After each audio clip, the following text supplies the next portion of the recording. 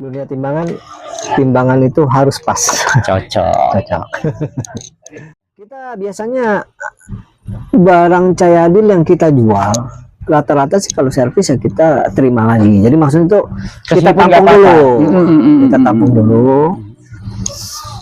Nah, baru kita bantu bawakan ke Cahayadilnya langsung gitu. Nah, nanti kalau masalah waktu memang agak bervariasi, kita nggak bisa ngomong. Jadi ya, bahkan seringkali kita kasih masukan, beliau juga terima. Artinya gini, jualan itu kan bervariasi dan berkompetisi lah ya kita. Jadi pada saat customer nanya barang, kita unjukin lah, kok ini harganya sekian.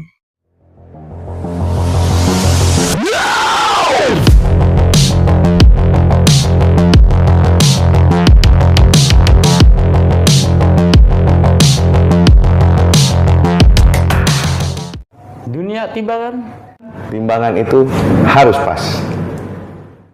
Assalamualaikum warahmatullahi wabarakatuh. Selamat siang, selamat sore untuk kita semua. Salam sejahtera dan berjumpa kembali bersama Dunia Timbangan. Dan mumpung kita ada di daerah Pinang Sia, dan ini ada salah satu toko yang paling lama ada di sini. Nama tokonya Sumber apa ya Pak Toto? Sumber Hidup Baru SHB. Karena orang taunya SHB itu ternyata Sumber Hidup Baru, dan ada bersama kita Pak Toto. Ya. Beliau adalah pemilik toko ini. Bicara range waktu nih Pak Toto, ini kan SHB tertua. Sudah berapa lama kita ada di sini? Kita mungkin 50 sampai 55 tahun. 50 sampai 55 tahun. Pak Toto generasi keberapa? Setelah ibu kita generasi, berarti bapak ibu saya ya. Itu generasi keberapa tuh? Kedua ya. Iya. Kedua. Dan walaupun kita ingin bicara bahas timbangan, ternyata SHB ini kan banyak sekali ternyata produk yang dijual Pak Toto. Apa aja sih di sini yang tersedia? Lori, roda-roda, gerobak, troli, spare part. Kalau timbangan ya timbangan manual, digital, ya besar, kecil, yang jarum, ya macam-macam. Ada ya? Ada. Ini retail atau grosir? Kita grosir, retail oke aja sih.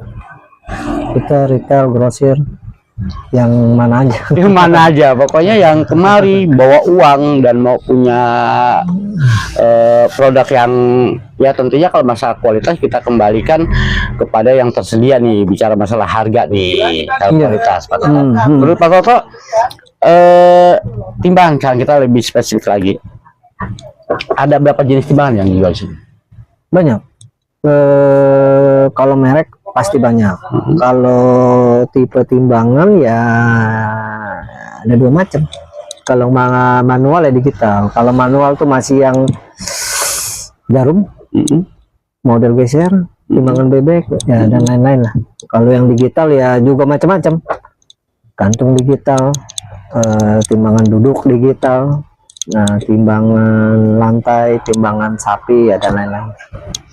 Yang terlaris dari timbangan itu terlaris ya rata-rata laris sih. Maksudnya itu kalau orang sekarang lebih banyak milih ke digital, lebih ke digital karena orang-orang konvensional masih pakai manual. Orang-orang konvensional masih mungkin ya, gini yang pasar, yang pasar tradisional itu masih banyak yang pakai konvensional. Iya, jadi balik lagi sih sebenarnya tinggal ke pribadi masing-masing sih, masalah rawatnya bisa enggak. Kalau orang yang nggak mau rawat kan tinggal taruh udah beres. Kalau timbangan pasar kan taruh beres. Kalau digital kan mesti rawat akinya lah, macam-macamnya gitu. Cuman balik lagi kalau digital kan lebih spesifik, lebih detail lah, lebih maksudnya tuh lebih teliti lah. Jadi kalau ya, balik lagi ke masing-masing sih sebenarnya. Untuk timbangan digital ini keren nih bro, karena era kekinian digital gitu kan. Sepengalaman dari Pak Toto, produk yang paling pionir yang mana? Kalau dari cerita pionir ya harusnya merek lama lah ya. Kalau menurut saya yang sampai saat ini masih ada, ya kan, Cayadil, ya dari Ultraman, ya itu udah pastilah. Karena mereka dulunya pengembangannya mulai dari timbangan manual, ya kan? beralih sampai saat ini mereka udah hampir menguasai timbangan digital dengan berbagai macam ya, dengan item yang berbeda-beda, spesifikasi yang berbeda-beda, tapi kualitas mereka sih sampai saat ini oke lah. Maksudnya tuh untuk dengan harga yang dibilang pokoknya masih di kantong masih oke lah, masih masuk akal.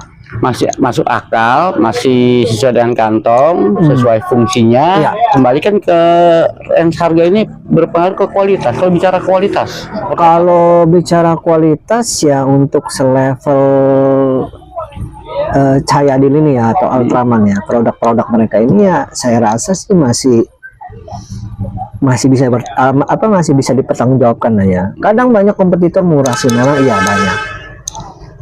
Tapi kan kita nggak tahu orangnya. Nah, yang kita bahaya ini kan after sales lah sebenarnya.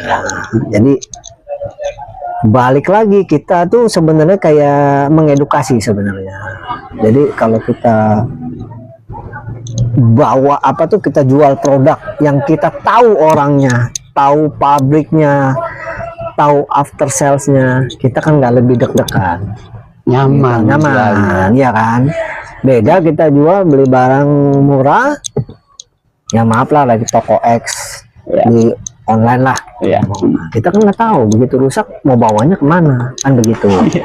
Kita kan nggak, maksudnya toh barang online begitu dibawa untuk servis ke toko kan mereka juga nggak mau, pastilah ya, orang dalam bahasa kasarnya kan nggak beli sama gua.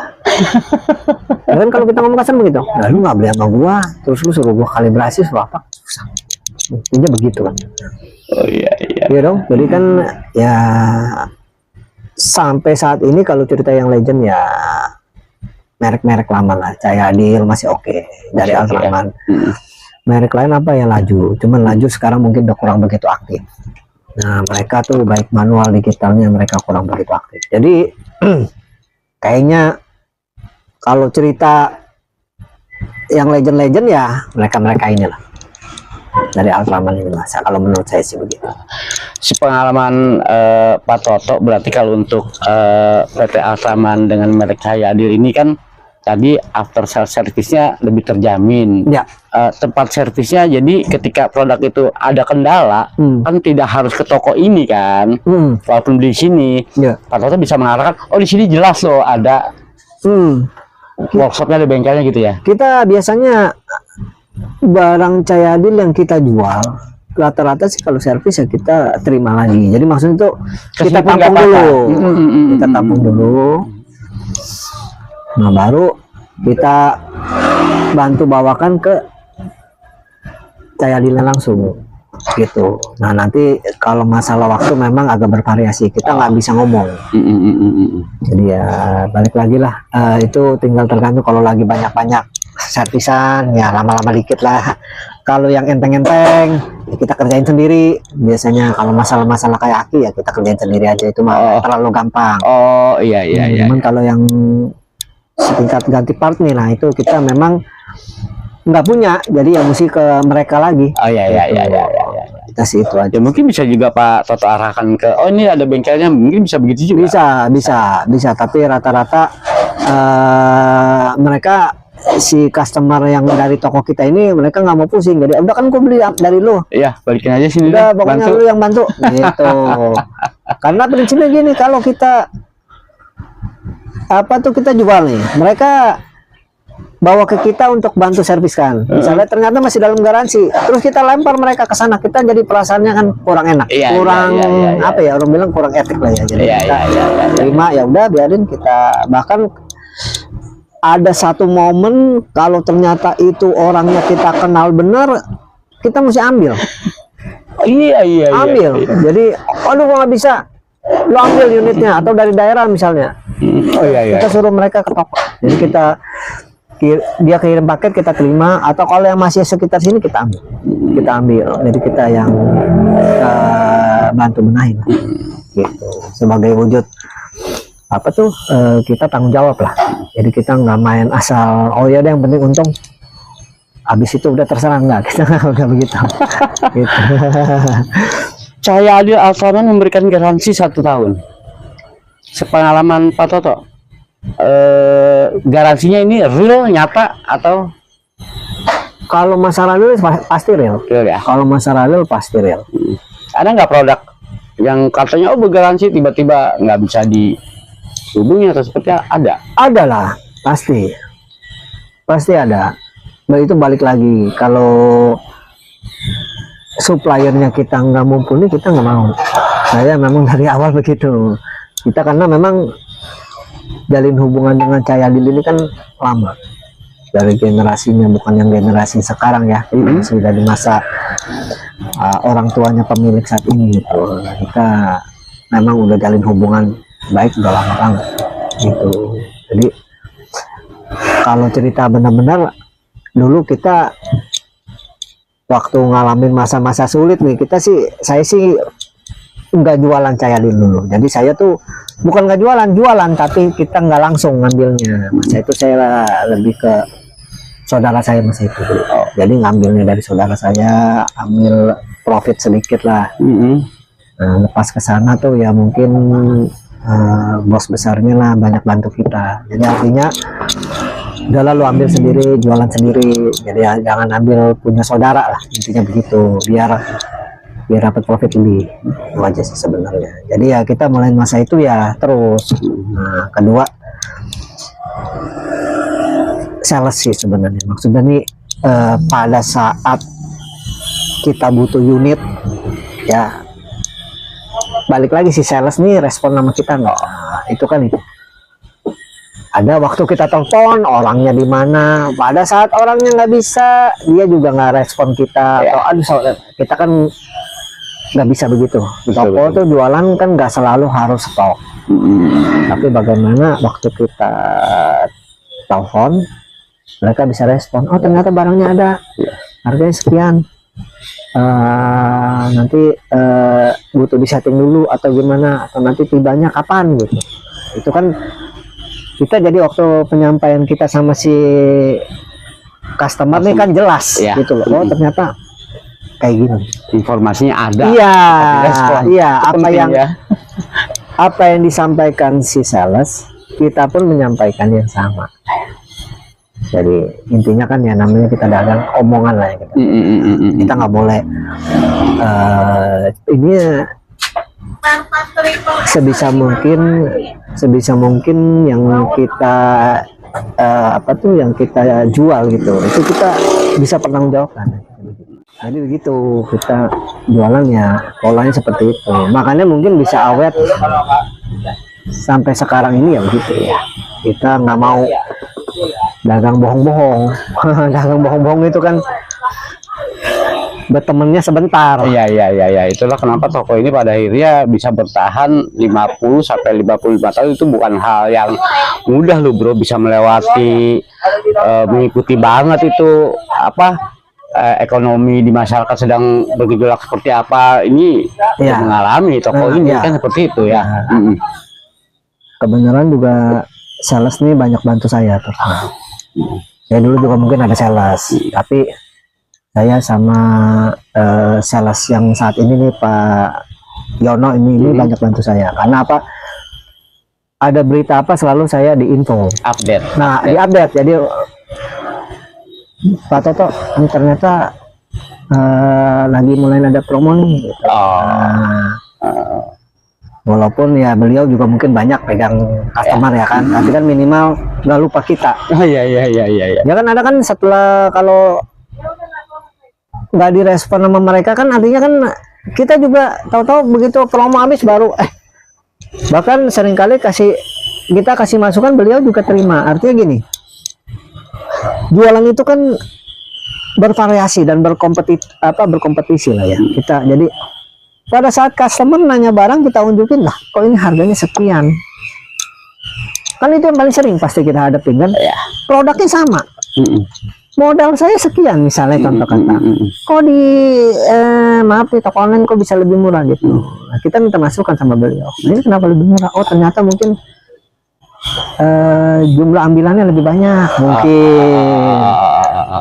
Jadi kan kita kan bisa ngomong yang sama ke customer. Jadi kan jelas. Nah kedua ya kita ngomong lah, kalau di online ya kita nggak tahu garansinya kemana. Kalau sepanjang, kalau sama saya kan ya sepanjang itu barangnya masih ada, masih utuh, mau diservis apa aja yang bisa ya, gitu. Itu aja sih. Bicara range harga nih, ketika kita compare merek yang lain ini dengan yang Cahaya Adil, PT Altaman ini, worth it nggak sih sebetulnya harga itu menurut? Balik lagi sih sebenarnya, balik lagi mahal mula relatif lah ya. Nah itu makanya apa tuh, merek sama kualitas tidak bisa bohong ya, begitu ya. Kita itu aja ya artinya ya. Itu ya kenapa kita bisa ngomong begitu ya, intinya ya waktu barang itu dipakai ternyata oh ternyata ini baik kan, yang nilai ini sebenarnya masyarakat, si pemakai kan. Bukannya saya yang mesti berteriak-berteriak ini ternyata pakai ini bagus loh. Mungkin ada.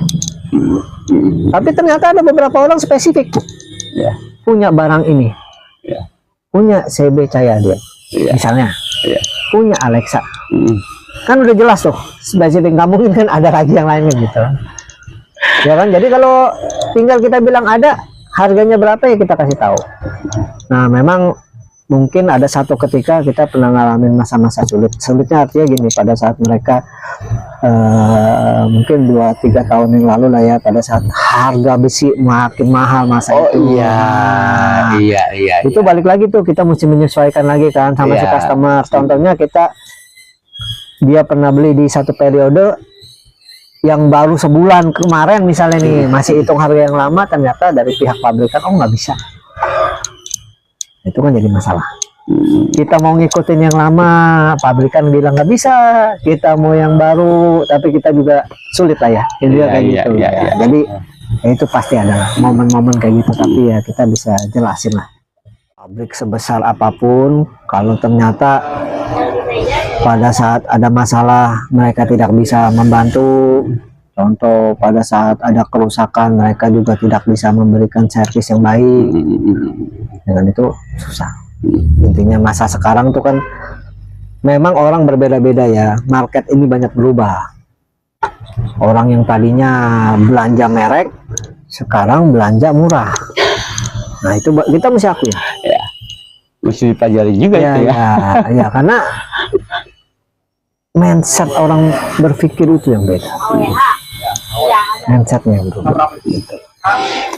Dan memang keren banget kalau kita bicara dengan seorang dokter, dan aslinya nih ya teman-teman dunia timbangan yang nonton video ini, Pak Toto adalah dokter.